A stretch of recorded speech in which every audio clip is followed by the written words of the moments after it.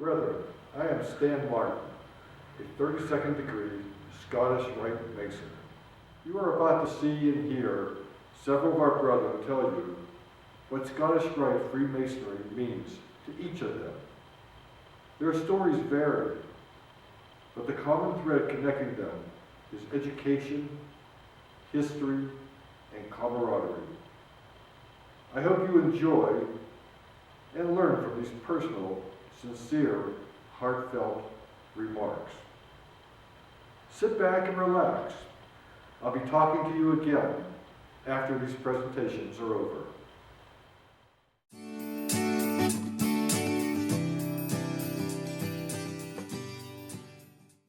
As a young man, I first became aware of Masonry through my grandfather, a funeral, a Masonic funeral, and I think I was only 12 or 13 at the time. But what made me notice that after that was in the community, small community I grew up in, the people who were the business community, the community leaders of the city there, most typically had a Masonic ring on, and more often than not, that Masonic ring was a Scottish Rite ring. The thing that pushed me then was to become a DMLA, and for years after that, when I graduated from high school and went on to college, I didn't join the fraternity. A number of things pulled me off there, Army, professional life. Then I got active some years later when I said I wanted to get back in. The thing that pushes me about Masonry is that it is a fraternity that seeks to make good men better men. And I go back to that story that what impressed me as a young man was those business leaders, those community leaders, who took the time to work within the community and serve the fraternity. I found that by study, that you learn really what it is to be a man, a good man in the community. The opportunities that you receive once you've passed through the Blue Lodge with the York Rite and the Scottish Rite and the Shrine is, as we've said before, to seek further light. Now, in that regard, the Scottish Rite stands out more than the others by virtue of the fact that it's an institution for learning. And especially today with our new Masons, those young men knocking at our door, seeking further light, Scottish Rite is one of the places they can find that through all of the research, the availability of the brothers.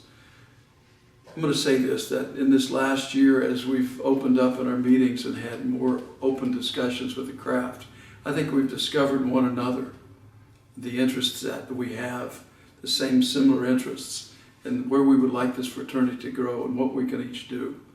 And that's why I think anybody who would like to seek further light should first knock on the door of the Scottish Rite. There are also other avenues available to them, the York Rite and the Shrine, but knock and seek, and then that door shall be open to you.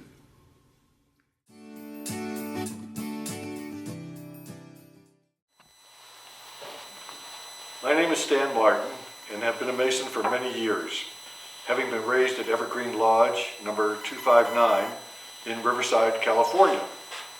I became a Scottish Rite Mason in the Valley San Bernardino, the Orient of California, in 2001. This was a major positive highlight of my life, just incredibly so. Though all Masonic organizations are great, I chose the prestigious Scottish Rite to take advantage of its history, its education, and its camaraderie. I'm one of the first in the state of Arizona to have completed all 4 of the Master Craftsman courses, of which I learned so very much. The teachings of Scottish Rite have it considered to be the university of Freemasonry. Annually, I participate in the Scottish Rite reunions in Phoenix, most specifically in the 13th degree.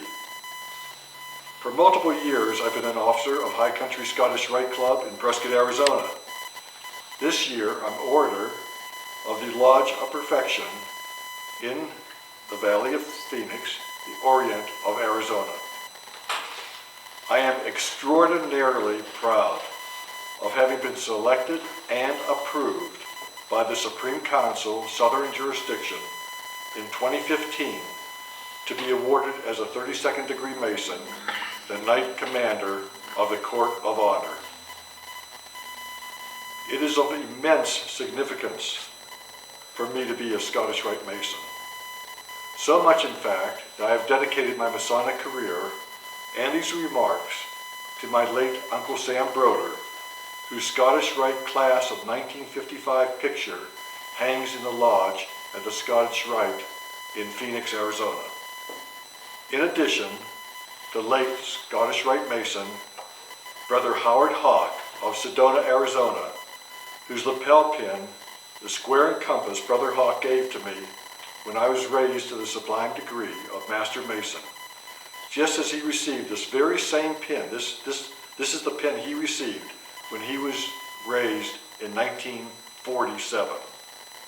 Brother Howard strongly, fervently encouraged me to be a Scottish Rite Mason.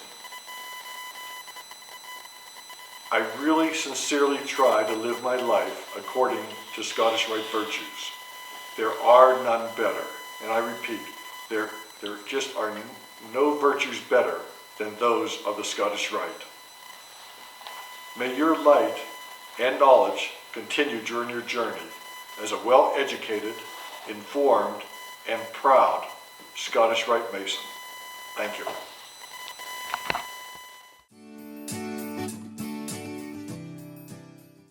I'm Mike Fellows. I've been a Mason for 57 years and have enjoyed every one of them. I immediately went into the line to become master of my lodge back in the 60s, finished that up, and then got started in Scottish Rite and the Shrine. I've, in the Scottish Rite in Los Angeles, I worked in, I think, every single degree. And that was a lot of fun because we had a full auditorium, full stage, professional makeup artists from the Hollywood studios, and everything else that goes with it, costumes that you couldn't believe. But in those days, we used to have classes of 75 and 80 men. And the more that you had to work with, the more fun you had. And getting new guys involved in doing some of the ritual work. The one thing that I've gotten out of Masonry and Scottish Rite and the Shrine too is the camaraderie that I think is unending. When I say brother so-and-so to a man, I've gotten so that that man is literally my brother. And that's one of the things that is near and dear to me. I don't say those things facetiously. They have meaning to me. And after 57 years, I think that Masonry has done more for me 10,000 times over what I've ever done for it.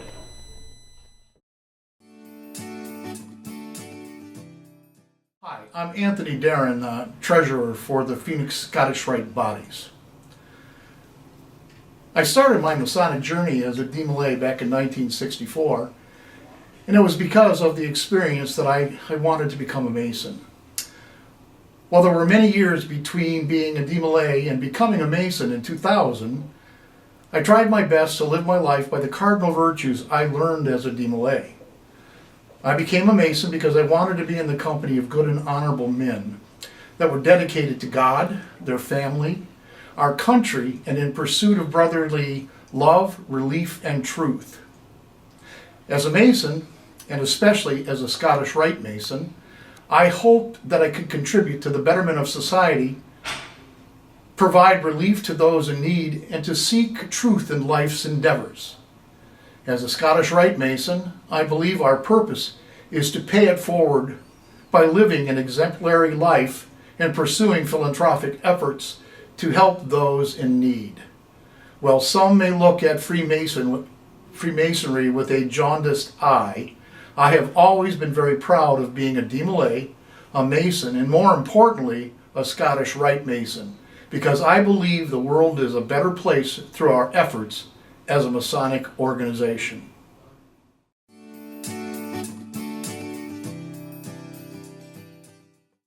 Hello, my name is Eric Liebson, 33rd degree. I am the deputy of the Supreme Council in the Orient of Arizona.